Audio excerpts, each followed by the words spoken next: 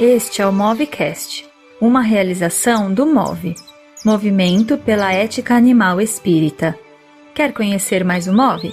Acesse nosso site. Anota aí, eticaanimalespirita.org. E nos siga também pelas redes sociais, Facebook, Instagram e YouTube.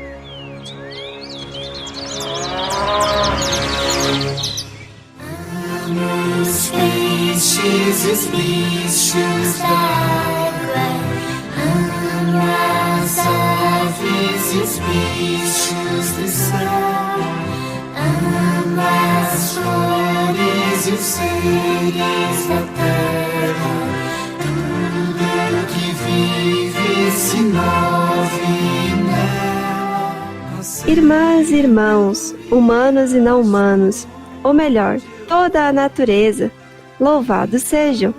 Está no ar o episódio 24 da série O Evangelho dos Animais. E neste episódio estudaremos o capítulo 22, Admirável Lei de Harmonia. São Francisco no meu coração. Eu sou a Nath e para o papo de hoje convidei a Caroline Moura de Porto Velho, Rondônia. Oi gente, mais um dia aqui, é um grande prazer, né? E a Sofia Rocha de Brasília, Distrito Federal. Oi galera, muito bom estar aqui em mais um episódio, espero que todo mundo goste e aprenda muito com os conceitos que vamos ver hoje, que geram até polêmicas algumas vezes. Exatamente, Sofia, a gente vai falar hoje de um tema muito polêmico, que é a tal da alma grupo. Então esse capítulo a gente vai desmistificar de vez esse conceito ultrapassado, já devia ter ficado assim, lá na Idade Média, porque é uma coisa que não tá nem em Kardec, sabe? Eu falo que é uma fofoca, um fake news dentro do movimento espírita e a gente tem que começar a rever, porque é uma somatória de não interpretações, de falta de interpretações, que só levam a gente para um lugar confortável para o ser humano, mas que é extremamente desconfortável para os animais não humanos e os colocam nessa posição de explorados, né? Então a gente tem que rever isso. Os peixes e os bichos d'água, amo as aves e os bichos do céu, amo as flores e os seres da terra, tudo que vive se move nela.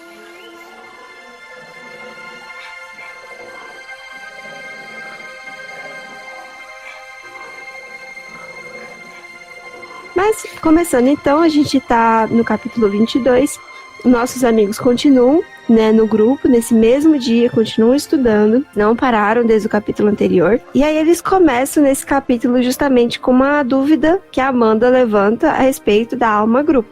Então, a partir dali, os nossos amigos vão começar a explicar, né, o que eles entendem até então como alma grupo, principalmente para a Lúcia, né, que é a nossa personagem que tem menos conhecimento da doutrina. Enfim, vão trazendo mais esclarecimentos sobre esse ponto. E aí, Sofia, você notou alguma coisa dessa primeira parte? Bom, foi muito interessante aqui.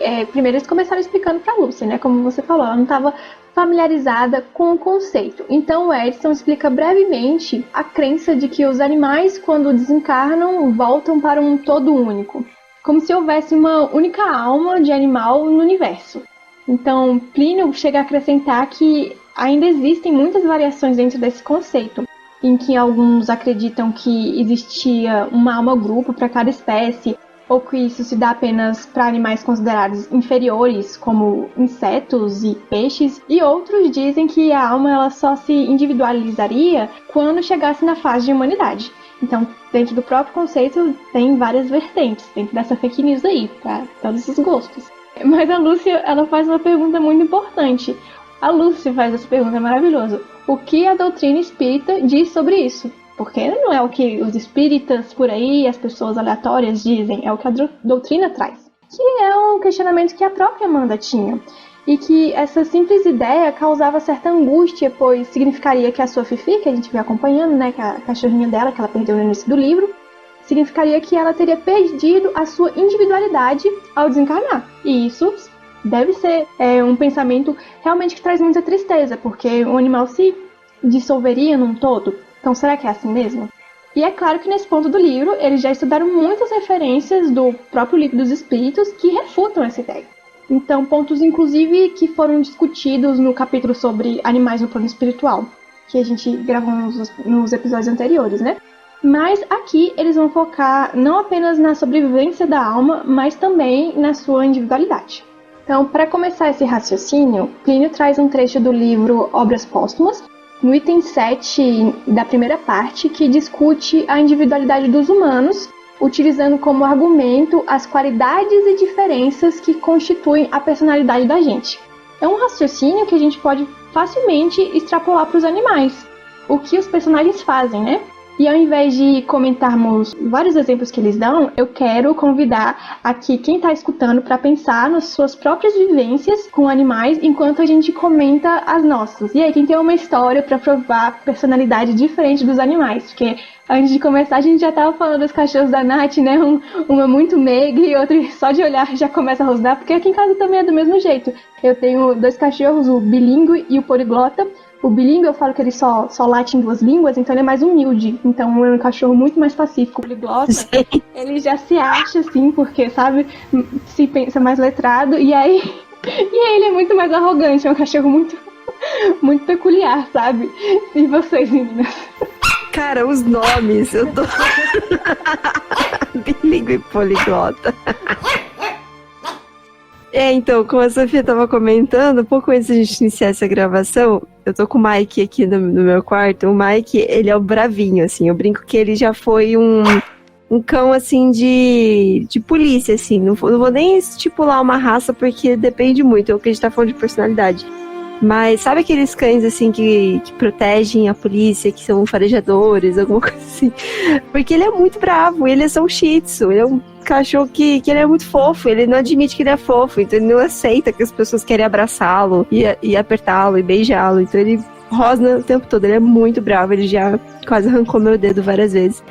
E a Jade, que é quase da mesma raça, ela é uma vira-latinha, mas ela tem muita mistura, assim, de shih tzu, com lhasa, com york, sei lá. E ela é o amor em forma de cachorro, assim. Eu não sei se tem a ver com o fato dela ser resgatada, então tem esse fator, assim, de que agora ela se sente segura e ela tem uma família, ela tem um lar, ela tá num lugar quentinho, acolhedor e talvez tenha comida, enfim. Então isso faz com que ela talvez seja uma cachorrinha mais dócil, assim, não sei. Mas são as personalidades de cada um. Acho que por si só da gente analisar dentro do nosso próprio lar, a gente já poderia descartar esse conceito de alma grupo, que são que os nossos personagens chegaram nessa conclusão, né? Você falou aí dela ser resgatada, poliglota também mas nem por isso ele se dá ao trabalho de demonstrar essa gratidão, senão que eu esteja cobrando, né, cada um no seu tempo. Tá vendo, gente? Então não é isso, é reencarnação mesmo. São exemplos engraçados, mas que a gente percebe muito isso, né? Então, juntando essas observações que a gente fez agora, a gente facilmente percebe como seriam tanto estranho considerar que todos pertencessem a uma alma-grupo, porque isso influiria que eles teriam a sua manifestação na matéria de forma uniforme, porque seria uma só alma, então seria uma única personalidade dividida em vários corpos. Mas você tá achando pouco? Pois espera aí que aqui no Livro dos Espíritos, na questão 598, após a morte, conserva a alma dos animais a sua individualidade e consciência de si mesma? Conserva sua individualidade quanto à consciência do seu eu, não. A vida inteligente lhe permanece em estado latente. Já traz aqui numa pergunta que a gente já estudou nos outros capítulos, né? Que permanece sua individualidade. Então já começa aí que a gente fica curioso até de onde surgiu essa fake news no espiritismo aí, que é muito divulgada. As pessoas levam a sério e a partir de uma premissa que nem é real, desenvolvem ainda mais teorias mirabolantes, né? Interessante até de observar, né? Mas a partir daí, o Sérgio ele levanta outra reflexão muito importante, que se os animais não conservassem as suas personalidades, eles não conservariam os aprendizados daquela encarnação. E todo aquele sofrimento passado por eles, que a gente vê diariamente em diferentes espécies, seria injusto, visto que eles passariam essa vida em sofrimento e outros têm uma vida tranquila e confortável. E isso não condiz com a justiça divina. Já é um ponto de impacto, né? Que a gente tem que pensar que o sofrimento tem ali a sua função pro aprendizado. Então, por que uns passariam por esse sofrimento e outros não? Qual seria a justiça nisso, né? Então, falando sobre evolução também, Edson traz um trecho de A Gênese, para introduzir o próximo tópico do estudo, que inclui a soberana justiça divina de todos os seres serem criados simples e ignorantes, com igual aptidão para progredir pelas suas atividades individuais. E se todos progridem a partir de suas atividades individuais, não seria lógico retornarem a uma alma grupo. Então, observarmos outras obras, vemos como isso se encaixa nos nossos caminhos evolutivos, em que essa individualidade ela se multiplica com suas faculdades e a partir daí vai ocupando organismos orgânicos mais complexos que permitam a expressão dessas capacidades. Citam então Joana de Ângeles no livro Iluminação Interior, em que a autora espiritual ela traz de forma simplificada como se dá o desenvolvimento desse psiquismo, transferindo-se do reino mineral para o vegetal, contando com todas as fases intermediárias e chegando à humanidade, por exemplo. E se essa transferência ocorre, novamente temos que pensar que se trata de um mesmo princípio inteligente e não de várias vivências diluídas em um grupo. E Edson vai pegar esses trechos e vai resumir de uma forma muito bem, que é assim que ele disse. É sem dúvida a luz para a era do espírito, porque arremata a vida do corpo físico e a coloca no lugar de origem, na vida espiritual. Arranca de nossos olhos o conceito limitado do corpo material e nos elucida a verdade, revelando desassombradamente à nossa frente a eternidade do espírito e que a vida transitória durante a reencarnação é apenas uma etapa. Porque se a gente sempre estudar a alma dos animais, é estudar a nossa própria alma, né? É uma forma da gente pensar que nos elucida bastante. E eu acho interessante essa conclusão que eles fazem aqui no capítulo, que eles dizem que essas divisões são puramente didáticas, né? Que a gente utiliza para analisar a escala evolutiva do átomo ao arcanjo como apenas etapas. Essas são etapas da nossa própria evolução espiritual que não deveríamos utilizar para alimentar o nosso orgulho, mas sim para estender nossa fraternidade. Ana Paula, ela chega a comparar os nossos irmãos minerais a bebês espirituais. E olha a profundidade de olharmos a vida sob essa óptica, porque muitas vezes nos damos mais importância do que outros seres da criação, e, na minha opinião, fazer isso é humanizar Deus. Porque nós humanos é que pensamos que a etapa evolutiva que o princípio inteligente se encontra é o que vai fazer dele ser digno ou não de consideração. Mas isso não seria condizente com a justiça divina. E, na verdade, a gente sabe que ele nos amou e nos ama até os seres mais ínfimos da criação. Essa era uma reflexão que eu fazia muito quando comecei a refletir sobre os animais dentro do espiritismo, porque subjugá-los é colocar nas mãos de Deus, que ele também dá a menor consideração para eles, de certa forma. Vocês concordam comigo, meninas? Sim, total. Enquanto você falava, eu tava pensando, na verdade, que é o contrário. É como se a gente se endeusasse achando que a gente sabe mais do que a justiça divina, do que quando a gente julga, assim, a natureza, quando a gente determina um fim para esses animais, com a indústria da morte, né, a agroindústria, enfim, a gente poderia pensar, né, que como se a gente quisesse inverter as coisas.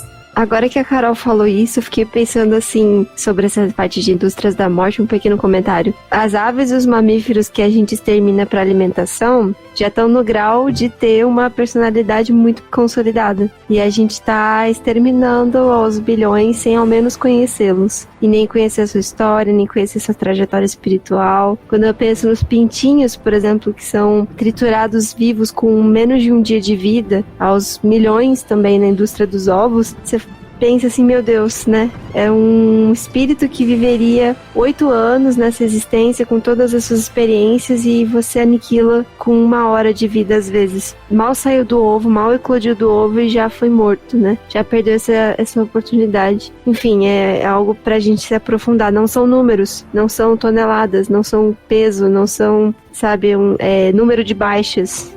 Daqueles que morreram no meio dos outros. São seres, são vidas, são indivíduos, né?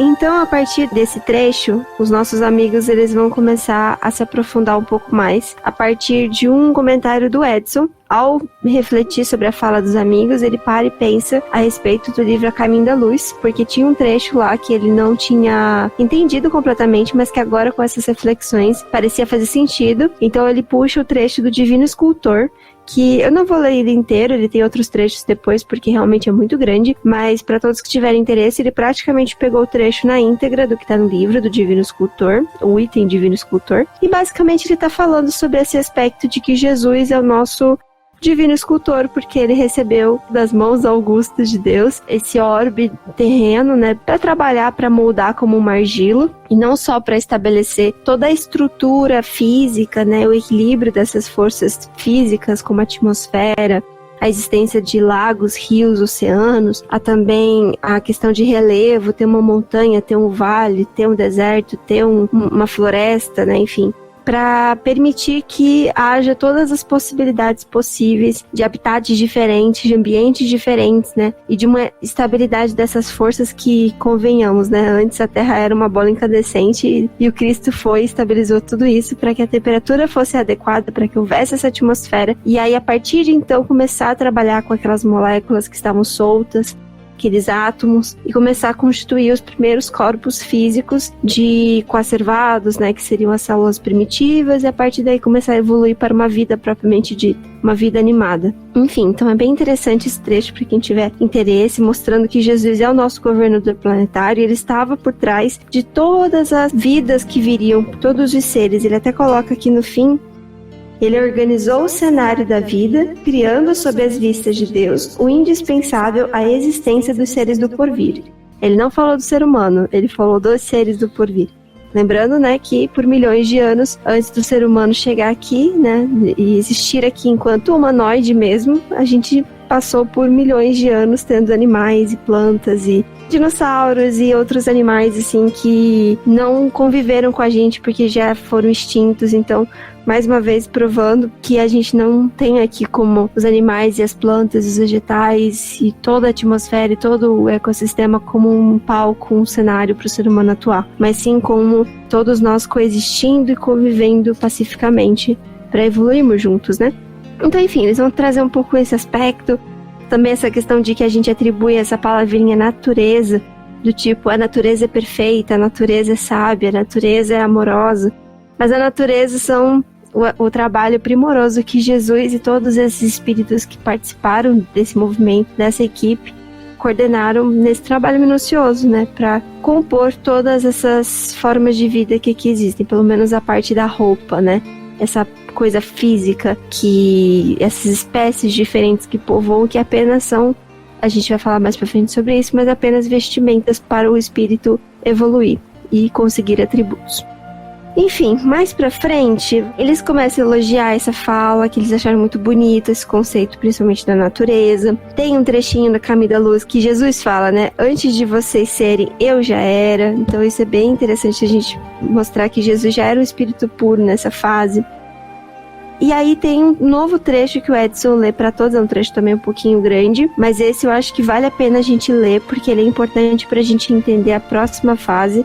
Esse diálogo que a gente vai ter aqui, porque nós tivemos que conversar muito a respeito de algumas falas aqui do capítulo, que a gente queria compartilhar com vocês, porque a gente também ficou um pouco confusa no começo, mas depois a gente teve um entendimento, que é a parte da elaboração paciente das formas. Diz assim: milhares de anos foram precisos aos operários de Jesus nos serviços da elaboração paciente das formas. A natureza torna-se uma grande oficina de ensaios monstruosos. Os trabalhadores do Cristo, na retorna das acuradas observações, analisavam a combinação prodigiosa dos complexos celulares, cuja formação eles próprios haviam delineado, executando com as suas experiências uma justa aferição de valores, prevendo todas as possibilidades e necessidades do porvir. A máquina celular foi aperfeiçoada no limite do possível, em face das leis físicas do globo. Os tipos adequados à Terra foram consumados em todos os reinos da natureza, eliminando-se os frutos teratológicos estranhos. As forças espirituais que dirigem os fenômenos terrestres, sob a orientação do Cristo, estabeleceram na época da grande maleabilidade dos elementos materiais uma linhagem definitiva para todas as espécies, dentro das quais o princípio espiritual encontraria um processo de acrisolamento em marcha para a racionalidade. Então, assim, só um ponto que eu queria trazer antes da nossa discussão, e aí eu fecho a minha fala, a respeito de como eles foram muito cuidadosos, trabalharam essa parte do DNA para criar esses espécimes mais adequadas e mais perfeitas possíveis para cada ambiente, que fosse harmonioso, que fosse trazer esse contraste positivo para o planeta, né? Então, o André Luiz fala no Evolução em Dois Mundos de existir um laboratório de espécies onde às vezes surgiram espécies que não eram tão adequadas e aí eles iam ajustando, e aí a gente conhece isso como seleção natural, né, através do Darwin, mas a seleção natural, novamente essa palavra natureza, ela vem desse aspecto espiritual, que a gente ainda não tem o conhecimento dentro da nossa ciência materialista, mas que a gente sabe aqui pela ótica espiritualista de que ela existe, ela é muito fundamental e importante, porque sem ela a gente cairia apenas no acaso, e o acaso não constrói nada maravilhoso e perfeito como a gente vê na natureza, tão harmonioso, né? Então isso se dera a partir desse trabalho tão perfeito desses espíritos muito evoluídos, e que eu acredito que existem em todos os planetas possíveis. A partir do momento que há essa formação de um orbe, você vai ter espíritos que estão ali responsáveis por trazer a possibilidade de existir uma vida concreta, uma vida complexa, uma vida que seja de fato essa vestimenta para todos os princípios espirituais que vão passar por lá. Então eu acho que é mais isso, assim, pontuar de que eles também estudaram muito para chegar nas espécimes que a gente tem hoje, e que com certeza existiram em outras épocas, foram importantes, né? Por exemplo, os dinossauros com certeza tiveram o seu papel fundamental, e aí chegou um momento que não precisariam mais existir naquele corpo, naquele formato, porque talvez aqueles princípios espirituais já estavam evoluídos e ultrapassaram essa etapa, então foram para outros orbes ou foram para outros tipos de roupas, né? Enfim, roupas que eu digo, vocês vão entender mais sobre isso, mas seriam essas espécies, né? Essa parte física, esse corpo. E vamos lembrar também que a gente sabe que já existiram pelo menos 5 extinções em massa.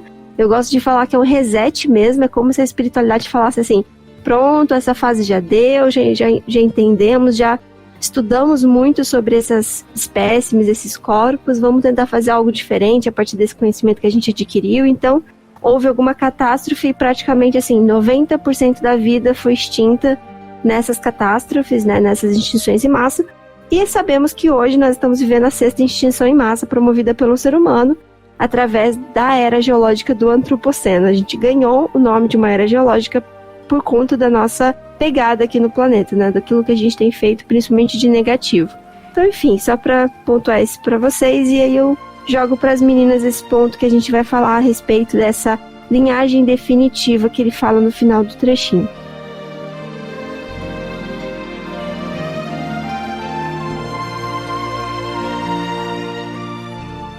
Eu destaquei algumas falas aqui, que os participantes, né, aqui os membros do grupo do estudo do domingo, aqui do nosso capítulo, eles trazem sintetizando, entendendo um pouco do que está dizendo essa citação que eles trazem, né, do livro A Caminho da Luz. Então, o que a gente pode entender é que um espírito, ele vai... O espírito, a gente pode falar princípio inteligente, que a gente já viu que é sinônimo, né? Então, ele vai se transferindo para vários corpos, né? Conforme a sua evolução. Então, ele vai passando por vários reinos. Aqui a gente categoriza assim, né? Mas, na verdade, tem todo um gradiente, assim, né? De formas e linhagem que a gente vai reencarnando, né? Para a gente obter a nossa evolução. Isso que eu tô falando, quem disse foi o Sérgio, né? Ele fala, o mesmo espírito transferindo-se para corpos diversos, cada vez mais elaborados, conforme, né, dando as condições apropriadas para que o espírito possa desenvolver, o princípio inteligente, possa desenvolver as suas aptidões, aquilo que ainda está ali meio latente, né?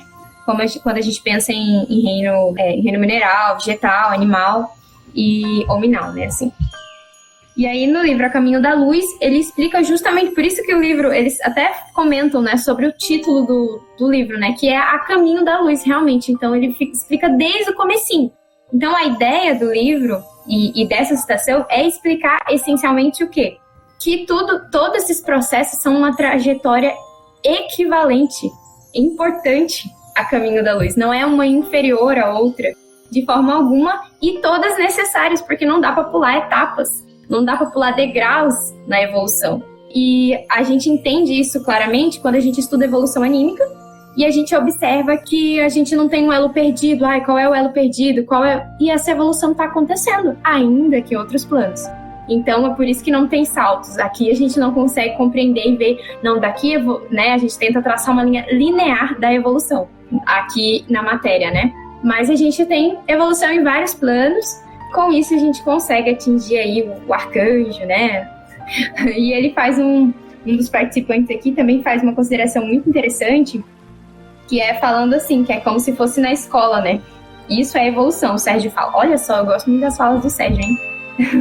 Então, isso é evolução, né? Começamos no jardim de infância do reino mineral, evoluímos até o ensino fundamental do reino vegetal, caminhamos para o ensino médio na fase de animalidade, chegamos à faculdade na fase de humanidade, mas só passando por todas essas fases na escola da Terra é que adentraremos a pós-graduação, mestrado e doutorado na fase de arcanjos, né? Impossível pular qualquer fase. Então, eu acho que é isso que a gente tem que se prender essencialmente, né? Porque se a gente entende isso, a gente já consegue respeitar os animais, respeitar cada etapa desse processo e ver que Deus ama a todos, porque essa caminhada, ela é contínua. Então, não tem como olhar amar a gente a partir de um ponto, né? Como a gente já colocou aqui. Então, acho que é isso, as meninas dá para comentar também, né? Tem a questão 591 do Livro dos Espíritos e várias outras questões, mas essencialmente, eu acho que é isso que a gente pode levar daqui hoje. Complementando esse final que a Carol falou, Plínio traz também a questão 591, por exemplo. Nos mundos superiores, as plantas têm, como os outros seres, uma natureza mais perfeita? A resposta: tudo é mais perfeito, mas as plantas são sempre plantas, como os animais são sempre animais e os homens sempre homens. Essa pergunta abre margem para muitas interpretações, né? Mas de primeira a gente tem que pensar o quê? Que tudo sendo mais perfeito porque tudo está encaixado com aqueles planos, as necessidades evolutivas naquele plano. Então a gente vê que tem as fases intermediárias, nem sempre são aqui na Terra. Já abre nossa consciência para essas outras possibilidades. Eu sempre interpretei essa 591, mas isso é uma divagação minha, mas eu queria compartilhar com vocês. Eu sempre imaginei assim, beleza, existe a evolução anímica, mineral, vegetal, animal, hominal, angelical e, né, angelical até a pureza completa. Eu sempre imaginei que todas essas fases, por exemplo, no reino mineral, elas permeiam outros mundos, elas não ficariam fixas no mundo só. Então, lá no comecinho, né, os primeiros corpos que o princípio espiritual estagiaria, poderia ser no mundo mais primitivo, assim, numa matéria mais densa. E aí ele vai evoluindo e permeando por outros mundos onde a gente sabe que a matéria é mais rarefeita, ela é mais fluídica. Depois para mundos felizes, celestes, né, que daí já é praticamente um mundo puro, e depois acho que ele voltaria, quando ele vai para a próxima etapa, por exemplo, fazer uma célula. Como é ser uma célula no mundo primitivo, Mike? Quer participar? Como que é ser uma célula no mundo primitivo? Como que é ser uma célula no mundo de regeneração? Mike tá participando, ele tá respondendo isso, gente. Comentando, o que você acha, Mike? Entender. Vamos lá, bate papo com o Mike. Sério? O que mais? Ele é participativo. Participações especiais, vocês estão vendo? Enfim. E daí, assim por diante. Então, essa célula animal... essa célula lá no mundo celeste é de um jeito, depois volta pro mundo primitivo, na parte de vegetal, e aí como que é um vegetal no mundo primitivo, como que é vegetal no mundo de provas e expiações, como que é ser um vegetal no mundo feliz. Depois volta pro animal mais simples. Então, assim, parece uma lógica muito louca, mas eu acho que pra mim faz sentido pra gente acumular no nosso ser como que é estagiar no mundo feliz. Talvez pra gente até ter a memória de como que é almejar esse mundo que a gente tá agora enquanto seres humanos estagiando. Porque a gente estuda, né, que o ser humano vai de um mundo primitivo, não necessariamente passando para o mundo de provas e expiações e de regeneração, a gente já comentou sobre isso, às vezes ele pode ir direto para o mundo feliz, mas nós estamos passando por essa etapa. E quem disse que os animais, as plantas, não passaram por isso também? Talvez essa nossa força de vontade de querer evoluir, de chegar a um mundo harmonioso, seja justamente pelas nossas experiências nesses outros corpos, vivendo em mundos felizes e perfeitos. Enfim, é uma reflexão, né? Mas eu acho que pra mim sempre fez sentido isso. Infelizmente a gente sabe que as pessoas não interpretam dessa forma, e eu achei muito interessante que logo em seguida, eu acho que é o Edson, primeiro é o Plínio, né, que comenta a respeito de quando ele fala dos homens serem sempre homens, já joga uma coisa na nossa cara, porque as pessoas usam essa frase pra dizer que plantas seriam sempre plantas, animais sempre animais, por isso gerar um fixismo. Porém, os homens sendo sempre homens... Ai, Mike, você tá me atrapalhando. Peraí. Ele quer descer. Pronto. Ele quer brincar com a Jade. Coisa mais linda da minha vida. Ele quer cheirar que ela tá limpa. Toma um banho. Enfim. Só pra fechar, então.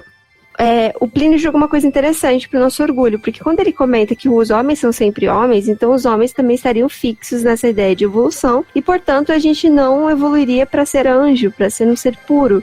E isso é contradizer a doutrina espírita inteira. Pelo menos nesse ponto, acredito que todos os espíritas já chegaram nesse consenso comum. Agora, entender plantas e animais, a gente já sabe que a gente está aprendendo agora, então por isso pode acabar gerando essa dúvida que a gente está esclarecendo aqui. Então não é nesse tipo de fixismo, mas entender que esses papéis, eles existem no universo e que a gente pode e é livre para permear, não ficar fixo no único mundo, mas permear outros mundos. Da mesma forma que a gente entende que a gente pode estagiar como seres humanos em outros planetas, animais e plantas, ao meu ver, também poderiam ter essa possibilidade. Eu queria comentar alguma coisa que você falou, Nath, que é a questão dessa evolução entre orbes, assim, né? Acho que vale destacar, não sei se todo mundo que está ouvindo aqui é espírita ou que já tem um conhecimento, né, específico sobre perispírito e esse tipo de questão mais técnica, mas a gente sabe que o nosso perispírito ele é moldado ali com as propriedades, com questão, né, anímica ali daquele orbe. Então a gente é adaptado para isso e tal. Isso permite assim uma evolução, né, e vivência no processo de reencarnação, processo na carne, onde o espírito ele se adapta ali, né, as condições daquele planeta. Então, até nisso a gente consegue ver que tem evolução, que tem adaptação, que tem todo esse processo. Eu, particularmente, acho que seria muita função ficar mudando assim, mas quando a gente pensa numa escala grande, a gente está falando de evolução de milhões de anos. Eu acho que não impede isso de acontecer. Inclusive, a gente escuta diversas vezes, quando a gente fala da humanidade, que a gente, tipo, agora aqui, né, nessa fase que a gente não começou nossa evolução no planeta Terra. Dizem que a gente começou em outros, né, porque até a gente chegar na fase hominal, a gente passou por vários, a gente passou, né, que nem você falou, por mundos primitivos, justamente pela pluralidade da existência e pela pluralidade dos mundos habitados, porque se a gente imaginasse só na história da Terra, ainda que seja uma história de milhares de anos, a evolução do espírito, acho que ela às vezes até extrapola assim, as opções que a gente teria aqui, né? Então, quando a gente pensa no universo inteiro, não teria por que a gente se limitar à Terra mesmo, né? Eu acho que é realmente uma reflexão.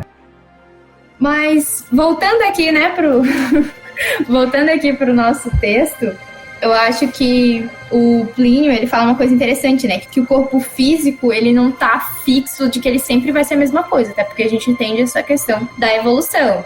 Né? O caráter da doutrina, inclusive, é progressista. Se tiver alguma coisa que estiver contra, é tudo menos espiritismo. Então, quando ele fala que o corpo físico, ele tá fixo numa linhagem, ele tá numa forma hominal, na forma. Então, essa forma se mantém.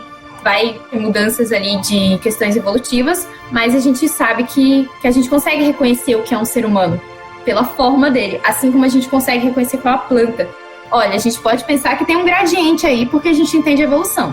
Sabe? Tipo aquelas plantas, tipo pólipos, ou pensando em... Animais que parecem plantas? Isso. Então troca, você falou plantas que parecem animais. Exatamente, Nath. E aí a Lúcia, na sua simplicidade e sempre poder de síntese, isso que eu amo no livro, é que se você não tiver entendido alguma coisa, a Lúcia vai perguntar essa coisa. E se você tiver entendido mais ou menos, ela, deixa eu ver se eu entendi. Então é assim, ela fala a nossa língua, né, gente?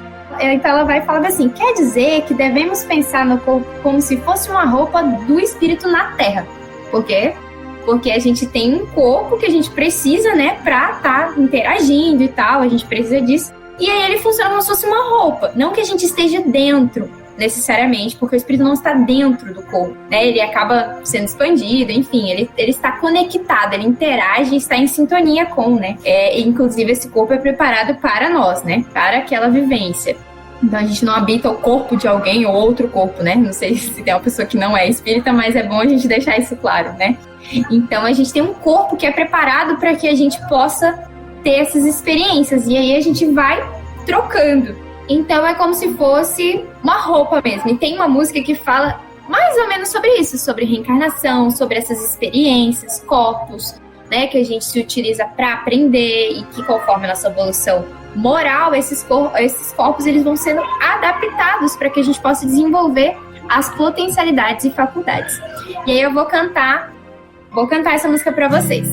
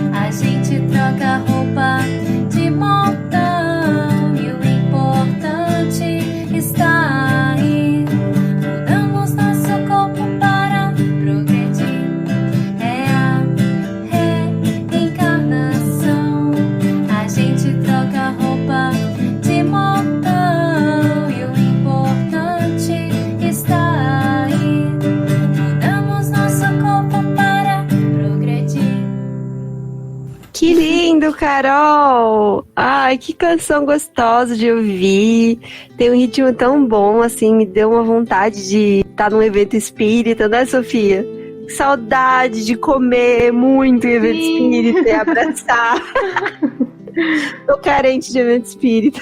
Muito boa música, Carol. E muito bonita a forma que ele explicou tão facilmente, de forma didática, né? Essa questão das diferentes roupagens que a gente vai tendo nas nossas encarnações.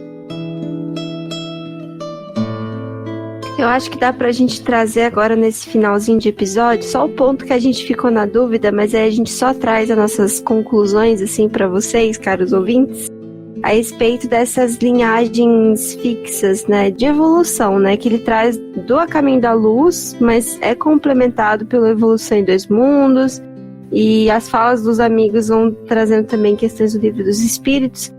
Basicamente, a gente ficou na dúvida se seria de fato algo fixo, né? Porque existia, né? A cultura do fixismo. Era uma corrente filosófica que existia antes de Darwin. Darwin quebrou o fixismo. O fixismo era aquela crença de que Deus criou todas as espécies do jeito que elas são hoje e não evoluem, elas são literalmente fixas e seriam para o proveito do ser humano. Quando Darwin veio e trouxe a questão da evolução e da seleção natural, a evolução das espécies, ele trouxe justamente esse ponto de que todos nós tivemos uma origem comum, e aí tivemos essas linhagens, né, que daí teve a linhagem que fez os insetos, a linhagem dos aracnídeos, a linhagem dos répteis, das aves, e como, por exemplo, a linhagem dos répteis e das aves, elas estão interligadas, e aí a dos mamíferos também, saber que todos os seres humanos que existiram, eles estão ligados a um parente em comum, né, um primata em comum. Então eu acho que é bem legal a gente focar nisso, né, entendendo que Darwin trouxe esses aspectos e que isso rompeu muito, e a gente sabe, né, naquela época.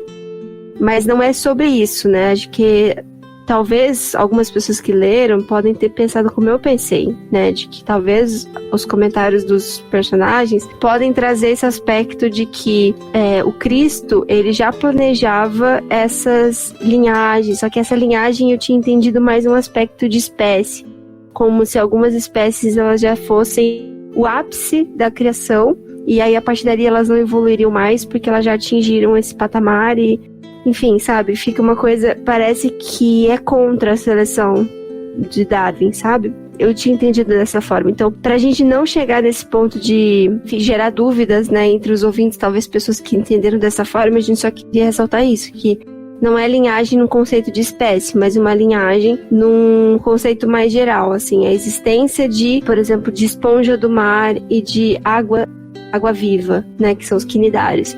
São filos diferentes e que sempre existiram praticamente em todos os milhões de anos, sempre existiram corais praticamente, só que espécies diferentes, mas cumprindo esse papel de compor um coral, que seriam essas esponjas do mar. Não somente, né, mas outras linhagens de esponjas do mar. Um sentido de ancestralidade também, né? Exato, né? Tipo, que independente da espécie, Jesus queria chegar no patamar de que grupos de espécies vão desenvolver atributos para o princípio inteligente, sabe? Por exemplo, atributos de família, de compor família. Não é uma única espécie que tem isso, sabe? Ela é mais acentuada nos mamíferos, justamente pela questão da amamentação, criar esse vínculo. Mas a família, os laços de família, eles vêm muito antes, com as aves, algumas espécies de aves. Tem casais que não se separam e criam os filhotes junto. Tem a questão dos grupos, né, de espécies que vivem juntos, andam em bandos, né, e colaboram para esse conceito de família. Então, assim, outros conceitos também de colaboração, de trabalhar em equipe, de criar uma sociedade. A gente sabe que tem a sociedade das formigas, a sociedade das abelhas.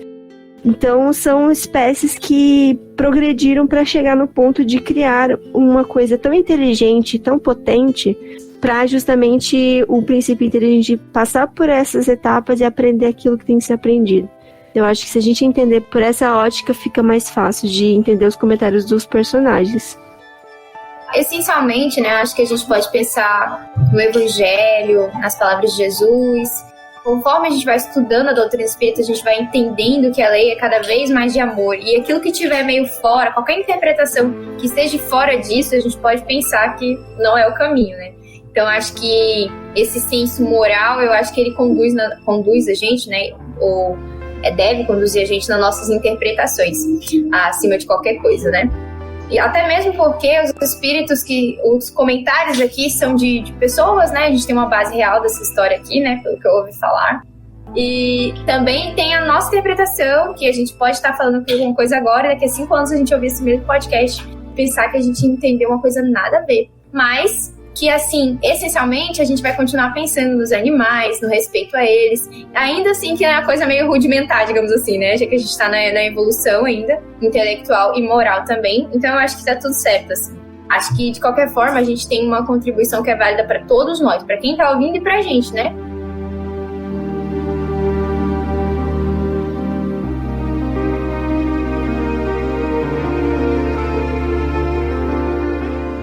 Vamos encaminhando então para o final do capítulo.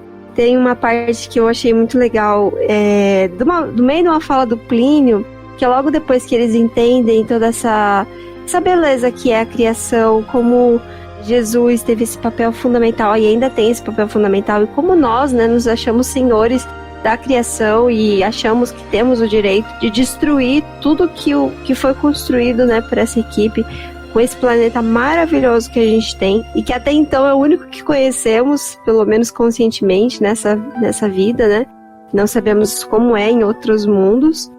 Então eu queria trazer a fala do Plínio, que finaliza muito bem o nosso capítulo. Ele diz assim: é o mesmo espírito, meus amigos, a mesma criatura, galgando os caminhos para a humanidade, onde conhecerá o seu Criador e se reconhecerá como criatura, abrangendo finalmente sua própria razão de existir, seu destino enquanto criatura, alcançando novos patamares de entendimento, de inteligência, de consciência e de responsabilidade, rumo ao reino angélico.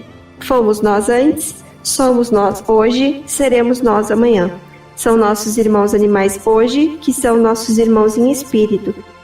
Serão eles a humanidade do futuro, reconhecendo a existência daquele que os criou, entendendo seu destino enquanto espíritos e galgando novos patamares rumo à angelitude. Nós viemos antes, eles depois, e Jesus veio antes de nós. Tudo em harmonia. Assim nos diz a questão 540 do Livro dos Espíritos. É assim que tudo serve, que tudo se encadeia na natureza, desde o átomo primitivo até o arcanjo, que também começou por ser átomo. Admirável lei de harmonia. Finalizando o capítulo com o título do capítulo. Eu achei isso demais. Eu acho que essa fala disse tudo, né? Acho que não tem muito o que dizer. É isso mesmo, né? O trabalho de evolução que a gente faz aí, de formiguinha e de cooperação.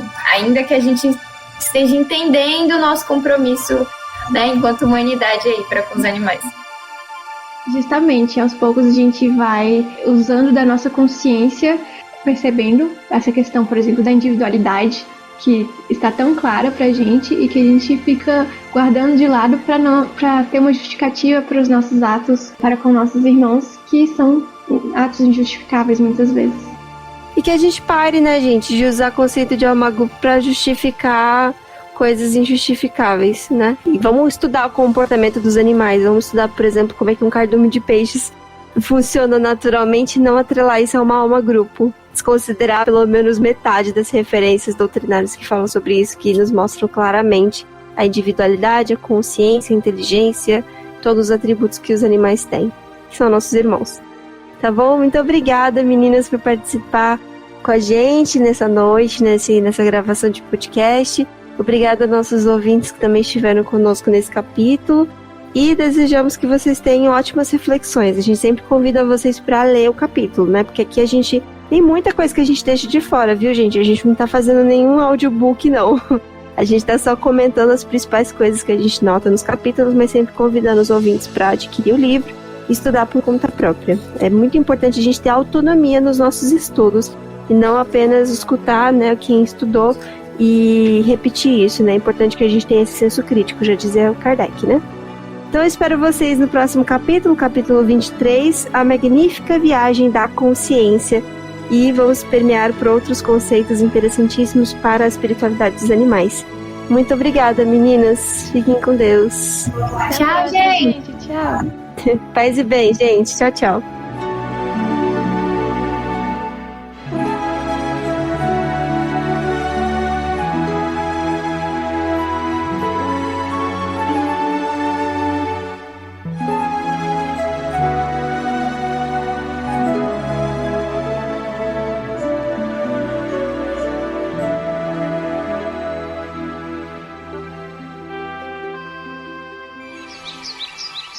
Você ouviu o Movecast, uma produção do MOVE, Movimento pela Ética Animal Espírita. Quer conhecer mais o MOVE? Acesse nosso site. Anota aí, eticaanimalespírita.org. E nos siga também pelas redes sociais, Facebook, Instagram e YouTube. E venha se mover conosco, pelos animais, pelas pessoas e por toda a natureza.